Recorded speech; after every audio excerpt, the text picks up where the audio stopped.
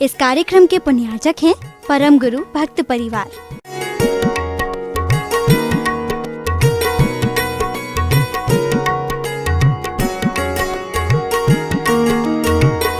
हर इंसान अपने जीवन में प्रयोजन को सिद्ध करने में लगे रहते हैं।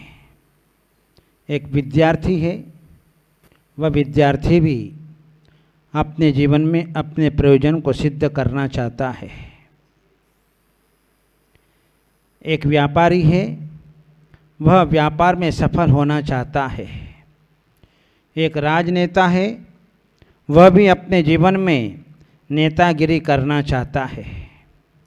हर व्यक्ति का अपना अपना प्रयोजन होता है और प्रयोजन के अनुरूप जो है वह अपने कार्य को सिद्ध करता है। लेकिन हमारे प्रयोजन सिद्ध कैसे हो, इसके लिए हमारे आचार्य भगवंतों ने एक श्लोक दिया है। पुण्य में को महाबंधु, पाप में को महारिपो, असंतोषो महाव्याधि, धैर्यं सर्वार्थ साधनम। पुण्यम एको महाबंधु, पुण्य ही एक महाबंधु है, क्योंकि हमें अपने प्रयोजन की सिद्धि के लिए हमें पुण्य की आवश्यकता है। हमारे कुंद आचार्य देव ने समय सार ग्रंथ में सोने बनाने की विधि बतलाई है कि सोना कैसे बनता है, विधि बता दी। और विधि बताने के बाद में कुंद आचार्य देव ने विचार किया, ये संसारी प्राणी हैं, ये लोभी प्राणी हैं, ये सब जो है सोना बना लेंगे। लेकिन अंत में एक शब्द डाल दिया कि यदि तुम्हारा पुण्य होगा तो सोना बनेगा, बाकी सोना नहीं बनेगा। इसलिए कहा कि पुण्य में को महाबंधु, ये पुण्य ही हमारा एक महाबंधु है। पुण्य का मतलब होता है पुनाति आत्मानम इति पुण्यम, जो हमारी आत्मा को पवित्र करता है उसका नाम है पुण्य। जो हमारे जीवन में हमें पाप से बचाता है उसका नाम है पुण्य। और यदि ऐसा पुण्य जो है यदि हमारे जीवन में आता है तो समझना हम अपने जीवन के अंदर भाग्यशाली हैं। यदि हम किसी खोटे मार्ग की ओर जाते हैं, किसी के धन को हड़पते हैं, किसी की जमीन को हड़पते हैं, तो समझना हम अपने जीवन के अंदर पाप कर्म का संचय निरंतर करते चले जा रहे हैं। जहां हम अपने जीवन में अभक्ष्य भक्षण कर रहे हैं तो समझना हम अपने जीवन के अंदर पाप को इकट्ठा कर रहे हैं। हर इंसान अपने जीवन में पुण्य का फल तो चाहता है, लेकिन पुण्य करना नहीं चाहता। पुण्यस्य फलम इच्छन्ति, पुण्य के फल की इच्छा तो सब करते हैं। संसार में ऐसा कोई प्राणी नहीं है जो पुण्य की इच्छा न करता हो। लेकिन पुण्यम करोति न मानवा, लेकिन मानव पुण्य करना नहीं चाहता। तो फिर संपत्ति कहाँ से मिलेगी, धन दौलत कहाँ से मिलेगी, सोना कैसे बनेगा, हीरा मोती माणिक कैसे मिलेंगे। इंसान जब पुण्य की भावना ही नहीं करता है, पुण्य करना नहीं चाहता और मुझे पुण्य का फल मिल जाए, 3 काल में भी संभव नहीं है। वो ये पेड़ बबूल का आम कहाँ से होए हैं। जहाँ बबूल का पेड़ लगा रहे हैं तो हमें अपने जीवन में जो है आम की प्राप्ति कैसे हो सकती है, त्रिकाल में भी नहीं हो सकती है। पुण्यस्य फलम इच्छन्ति, पुण्यम करोति न मानवा, पापस्य फलम नेच्छन्ति, पापम करोति यत्नतः। पाप का फल चाहता नहीं है, लेकिन पापम करोति यत्नतः, वह यत्न पूर्वक पाप कर्म का संचय करता है। अभी इंसान को होश नहीं है कि मैं अपने जीवन में कौन सा पाप कर रहा हूँ, कैसा पाप कर रहा हूँ। जब फल काल आता है, उदय में आता है, तब व्यक्ति रोता है, चिल्लाता है, गिड़गिड़ाता है कि जो है मैंने ऐसा कौन सा पाप किया था जिसके कारण आज मेरे जीवन के अंदर ये सब उदय में आए हैं। पता नहीं चलता। जिस समय व्यक्ति पाप कर्म का संचय करता है उसको होश नहीं रहता है, बेहोश में रह करके अपने जीवन में वह पाप कर्म का संचय करता चला जाता है। फल काल आता है, ओह मैंने ऐसा किया था, आज मुझे धन का लाभ नहीं हो रहा है, आज मुझे मकान नहीं मिल रहा है, आज मेरे बेटे की शादी नहीं हो रही है, आज जो है मैं वैधव्य अवस्था को प्राप्त हो गया हूँ। नाना प्रकार के जो है व्यक्ति अपने जीवन में चिंतन करता है कि मैंने ऐसे ऐसे कर्म अपने जीवन के अंदर बांध करके रखे जिसके कारण आज मुझे अपने जीवन में वह पाप का फल भुगतना पड़ रहा है। ध्यान रखना, पुण्य जो है अनेक प्रकार का है। एक तो होता है पुण्यानुबंधी पुण्य, पुण्यानुबंधी पुण्य, और दूसरा होता है पापानुबंधी पाप, और तीसरा होता है पुण्यानुबंधी पाप, और जो चौथा है पापानुबंधी पाप। ये चार है। पुण्यानुबंधी पुण्य, पुण्य के उदय में पुण्य कार्य करना। अभी हमारा पुण्य कर्म का उदय चल रहा है तो हमारी भावना तीर्थ वंदना की हो गई, साधु संतों की सेवा करने के हो गए, आहार दान देने के हो गए। ये पुण्यानुबंधी पुण्य कि पुण्य के उदय में हमें पुण्य कार्य करने के भाव हमारे भीतर आ रहे हैं। नहीं तो आज घर छोड़कर कौन आए? ये पुण्यशाली जीव हैं कि आज जो है अपने गांव नगर शहर को छोड़ करके आज सिद्ध क्षेत्र सोनागिर के अंदर हम बैठे हुए हैं, सम्मी शिखर में बैठे हुए हैं। हम जो है चंपापुरी, मांगी तुंगी, गोमटेश्वर, बाहुबली में बैठे हुए हैं। ये सब पुण्यानुबंधी पुण्य कि हमने अपने जीवन में उस पुण्य कर्म के उदय से पुण्य कार्य किए तो आज जो है हम सोनागिरी की धरती पर, यहाँ पर चंदा प्रभु भगवान के चरणों में जो है आज हम बैठे हुए दिखाई दे रहे हैं। आज साधु संतों के पास में हम यहाँ पर बैठे हुए दिखाई दे रहे हैं। ये है पुण्यानुबंधी पुण्य जो हमें दान से मिलता है, तीर्थ वंदना से मिलता है, परोपकार करने से मिलता है, तपश्चरण करने से मिलता है, संयम से मिलता है, ध्यान से मिलता है। ये सब पुण्यानुबंधी पुण्य है। और पापानुबंधी पाप, ये पापानुबंधी पाप जो है पाप कर्म के उदय में पाप कार्य करना।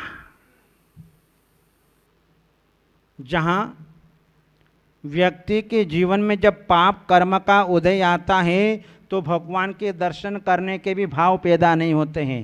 भले ही हमारा घर भगवान के मंदिर से लगा हुआ है, एक ही गली में है, फिर भी व्यक्ति के भाव दर्शन करने के नहीं होते हैं। यह है पापानुबंधी पाप। पाप कार्य करना, अपनी संपत्ति का दुरुपयोग करना, अपनी संपत्ति को जो है खोटे मार्ग में लगा देना, सुरा सुंदरी में लगा देना और अपने द्रव्य को समाप्त कर देना, यह है पापानुबंधी पाप। और जो है पापानुबंधी पुण्य, पाप के उदय में पुण्य कार्य करना। अभी हमारा कोई ऐसा असाता वेदनी कर्म का उदय चल रहा है, उस असाता वेदनी कर्म के उदय में हम अपने जीवन में कुछ नहीं कर पा रहे हैं, न चौका लगा पा रहे हैं, न सेवा कर पा रहे हैं, लेकिन मन में भावना है कि नहीं यार, मुझे जो है साधु संतों की सेवा करना। यदि आज मेरे पास में भी द्रव्य होता तो मैं भी चौका लगाता।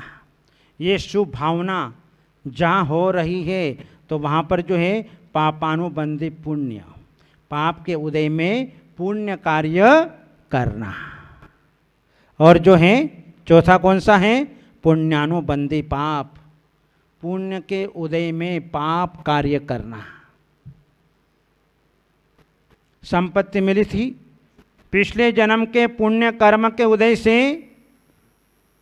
तो उसका हमने दुरुपयोग कर लिया। हमने जो है उसका जो है खोटे मार्ग में लगा दिया, कुपात्रों में लगा दिया, जिसके कारण जो है हम अपने जीवन में जो है वह पुण्यानुबंधी पाप, पुण्य के उदय में पाप कार्य कर रहे हैं। हम शराब पीने लग गए, रात्रि में खाने लग गए, व्यक्ति को पता नहीं चलता है कि मैं रात में खा रहा हूँ, उसको होश नहीं है। मैं अभक्ष्य भक्षण कर रहा हूँ, मैं होटलों में खा रहा हूँ, मैं बफे डिनर में खा रहा हूँ, उसको होश नहीं रहता है। जिस बफे डिनर में आप गए हैं वहाँ पर कौन कौन से लोग आते हैं, कैसे कैसे लोग आते हैं, परोसने वाले, बनाने वाले, कभी जानकारी ली? जानकारी लो तो अपने आप अपनी आंखें खुल जाएगी कि हम ये क्या कर रहे हैं। जिन व्यक्तियों को हमारे घर के अंदर प्रवेश नहीं मिलता है, हमारे किचन में प्रवेश नहीं मिलता है, उन लोगों के हाथ का खान पान करके हम अपने आप को बहुत बड़ा मान रहे हैं। कितनी अज्ञानता है, कितनी मूर्खता है कि इंसान अपने जीवन में इतना अपना होश भूल चुका है, जिसके कारण आज हमारी घर की परंपरा, मर्यादा, हमारी संस्कृति, हमारा सदाचार ये आज नष्ट होता हुआ जा रहा है। आज हमारी संतान उनके साथ में भाग रही है। तो ये जो है, जब व्यक्ति अपने जीवन में इस प्रकार से जो है जब खोटे खोटे काम करता है, अपने पैसों का दुरुपयोग करता है, तो वहाँ पर जो है अपने जीवन के अंदर पाप कर्म का संचय करता है, और उस पाप कर्म के उदय से उसे अपने जीवन के अंदर उसकी सारी संपत्ति विलयता को प्राप्त हो जाती है, उसका जीवन दुखमय हो जाता है। इसलिए अपने जीवन के अंदर पुण्यानुबंधी पुण्य का उपार्जन करना चाहिए, या फिर पुण्यानुबंधी पापानुबंधी पुण्य हमारे जीवन में आना चाहिए, तो जो है हम अपने जीवन में सही सलामत से रह सकेंगे। इसलिए कहा कि पुण्य में को महाबंधु, पुण्य ही एक महाबंधु है। पुण्य के उदय से व्यक्ति अपने जीवन में सब कुछ प्राप्त कर लेता है। पुण्य के प्रभाव से जल थल बन जाता है, सिंह हिरण बन जाता है, थाली चक्र रत्न के रूप में परिवर्तित हो जाती है। पुण्य से आपदा भी संपदा बन जाया करती है।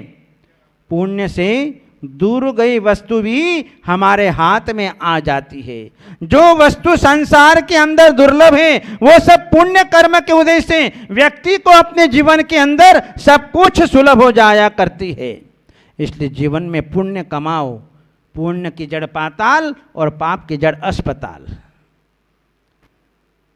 पुण्य की जड़ बहुत गहरी होती है, उसको खोदते चले जाओ, खोदते चले जाओ, कभी समाप्त नहीं होती है। ये पुण्य जो है हमारे जीवन के अंदर रक्षा करने वाला होता है। पुण्यवान व्यक्ति दुनिया के किसी भी कोने में चला जाए, सर्वत्र उसकी रक्षा होती है। इसलिए अपने जीवन में अपने को पुण्य कमाना, पुण्यानुबंधी पुण्य, कि हम अपने जीवन में पुण्य कहाँ से मिलेगा?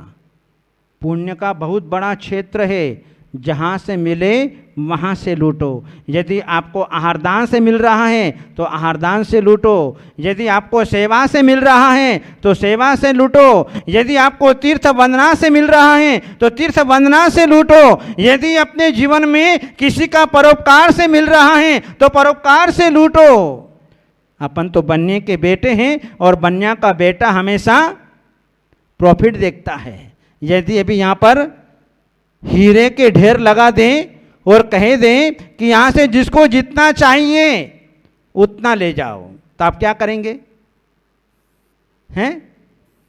अपने घर के अंदर जितने सदस्य हैं उन सबको बुला लोगे। यदि ऑफिस में भी बैठा हुआ होगा उसको फोन करके बुला लोगे, अपने रिश्तेदारों को बुला लोगे, गांव के अंदर जितने लोग हैं उन सबको बुला लोगे, और एक झटके में वहाँ ढेर खाली हो जाएगा।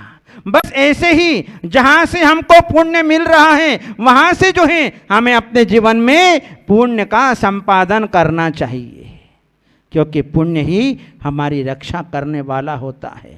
इसलिए जो है पुण्य जो है ये एक महाबंधु है और पाप में को महारिपु, पाप जो है हमारा सबसे बड़ा शत्रु है। दुनिया में सबसे बड़ा रोग क्या है? कैंसर का। डॉक्टर से पूछो तो क्या कहेगा? कैंसर का रोग सबसे बड़ा रोग है। कोई डॉक्टर कहेगा शुगर का रोग बड़ा रोग है, कोई डॉक्टर कहेगा किडनी का रोग सबसे बड़ा रोग है, कोई डॉक्टर कहेगा अटैक आना ये सबसे बड़ा रोग है, कोई क्या बताएगा, कोई क्या कहेगा। नाना प्रकार से जो है डॉक्टर से लोग जो है अपने जीवन में जो है रोग का कारण बता देंगे कि इस कारण से रोग होता है। और जो है सबसे बड़ा रोग क्या कहेंगे लोग, क्या कहेंगे लोग? मैं भगवान के दर्शन करने जा रहा हूं, क्या कहेंगे लोग? मैं दान देने जा रहा हूं, क्या कहेंगे लोग? ऐसा मान करके बैठ जाता है तो अपने जीवन में न तो भगवान के दर्शन कर सकता है, न पूजा कर सकता है, न दान दे सकता है, न दया कर सकता है, कुछ भी काम नहीं कर सकता है। दुनिया तो यूं भी कहेगी देखो कितना निठल्ला आदमी है, घर के अंदर बैठा है, सवेरे सवेरे भगवान के पास में जाना चाहिए। दुनिया तो ये भी कहेगी। दुनिया न तो तुमको हंसने देगी और न रोने देगी, दुनिया तो ऐसी ही है। इसलिए दुनिया तो नारंगी की तरह है, उसका कोई रंग नहीं है। यदि नीचे दृष्टि करके चलता है तो कहेगा कि जो है ये तो किसी के सामने देखता भी नहीं है, और आंख फाड़ करके चलेगा तब भी दुनिया कहेगी इसके आंख का कोई ठिकाना नहीं। ध्यान में बैठ जाएगा, बोले ये तो बगुला भगत बना हुआ है। यह है दुनिया। लेकिन सबसे बड़ा रोग जो है वह है क्या कहेंगे लोग। इससे भी बड़ा रोग है असंतोषो महाव्याधि। असंतोष सबसे बड़ा रोग है। शरीर में रोग पैदा होता है, क्यों होता है? वात, पित्त और कफ की हीनाधिकता से शरीर में रोग पैदा होता है। हमारे आचार्य भगवंतों ने कहा कि वैद्या वदन्ति कफ पित्त मरोद्विकारम नैमित्तिकाग्रह कृतं प्रवदन्ति दोषम भूतोपसर्गमथ मंत्रविदो वदन्ति कर्मेव शुद्धमतयो यतयो वदन्ति। वैद्य लोग कहते हैं कि इसका वात पित्त कफ बढ़ चुका है, इसलिए जो है रोग पैदा हुआ है। और जो है किसी ज्योतिष के पास में जाओ तो वह कहेगा कि इसको ग्रह की बाधा है, और किसी मंत्रवादी के पास में जाओ तो वह कहेगा कि इसको भूत लग गया है, और साधु के पास में जाओ तो उसके पाप कर्म का उदय है जिसके कारण रोग पैदा हुआ है। और सबसे बड़ा रोग असंतोषो महाव्याधि। यदि जीवन में सब कुछ है, संतोष नहीं है, तो सबसे बड़ा रोग व्यक्ति के जीवन में आ जाता है। इसलिए अपने जीवन में संतोष वृत्ति को धारण करना तो किसी प्रकार का रोग पैदा नहीं होगा। इन्हीं मंगल भावनाओं के साथ बोलो श्रेयांसनाथ भगवान की।